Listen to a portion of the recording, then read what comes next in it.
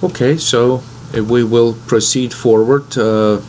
Enron and other corporate misdeeds, it's all another notorious case where the paper documents were shredded, but digital records persisted, and that, of course, we know that it even used to be at the time was a hot topic for late night comedy shows.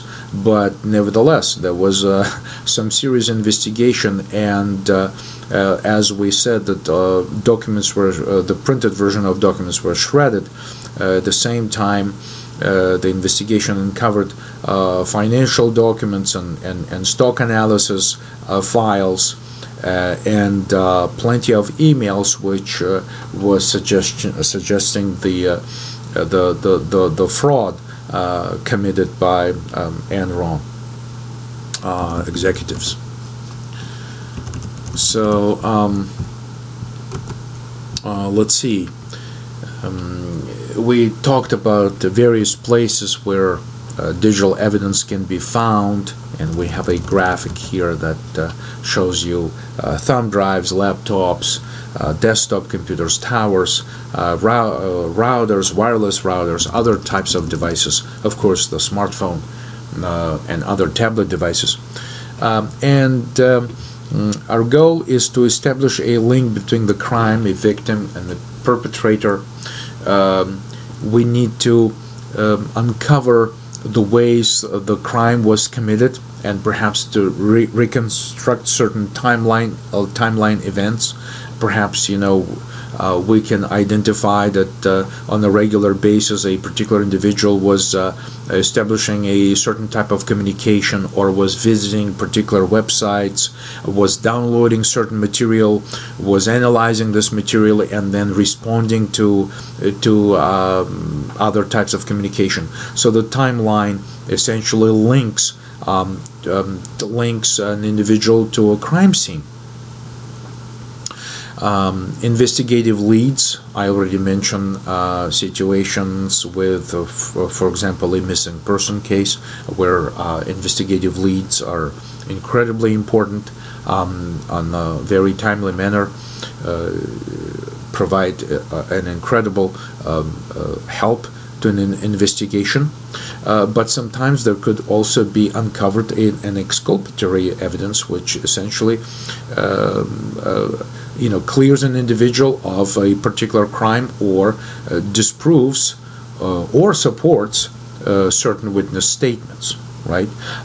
By the way, this also could be linked to nowadays extremely widespread network of video cameras, pretty much in many businesses and public places and streets, which could also be disproving, supporting various witness statements regarding particular location, times, and descriptions provided by those witnesses. So, and of course, as we search through digital evidence and find user account names, email names, the so-called handles or chat screen names, of course, those elements allow us to identify likely suspects. So what is digital evidence? Any data stored in electronic form, the data being transmitted using a computer network. So sometimes the data can be collected as it's being transmitted. Clearly, once again, you need to have a search warrant that would permit you to do this type of collection, but nevertheless, it's not necessarily stored data, but the data that is being transmitted. And then, of course, the stored data would be in form of text, images, audio, video, other artifacts produced by different types of software, like browsers, media editing, image viewing, and different types of software that can be installed on the machine. I would like to fast forward through a few of these slides because we already had a chance to talk about some of these devices and systems. We only briefly touched on networking, the internet, wireless networks. Those will be the topics of our discussion in the future. An interesting category here is also landline phones, which have special types of devices which could provide important logging information about telephone numbers, essentially switches that link the landlines, and that is another network of devices which provide digital evidence. Embedded systems. Embedded systems, an example of an embedded system may be a car computer which keeps track of time, speed, and brake status, the throttle position, as you can see, in seconds, potentially leading to perhaps to a crash. An arson investigation may rely on data from a microwave which was used to set the fire up. And as we speak about car crashes, of course, an incredibly growing number of investigations and cases involves analysis of the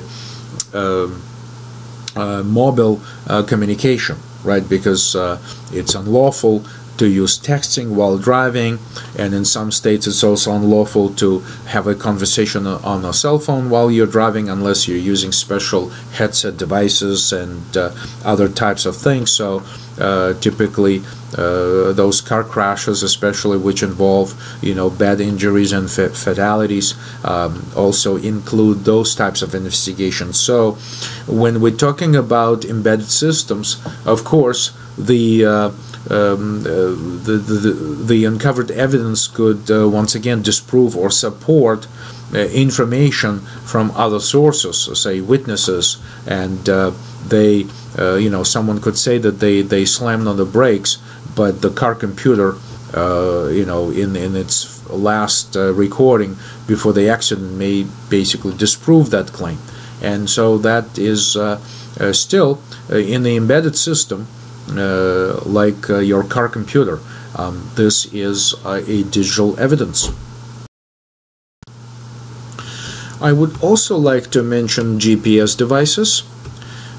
In some instances, basically the GPS device, global positioning system device, which is like a guidance for the current location, they too provide a great source of information, and they can store a rather brief history, which may be just a most recent activity by the device, but they may provide an important information, say in investigating a bank robbery, for instance, right? So if there was a GPS device in some place,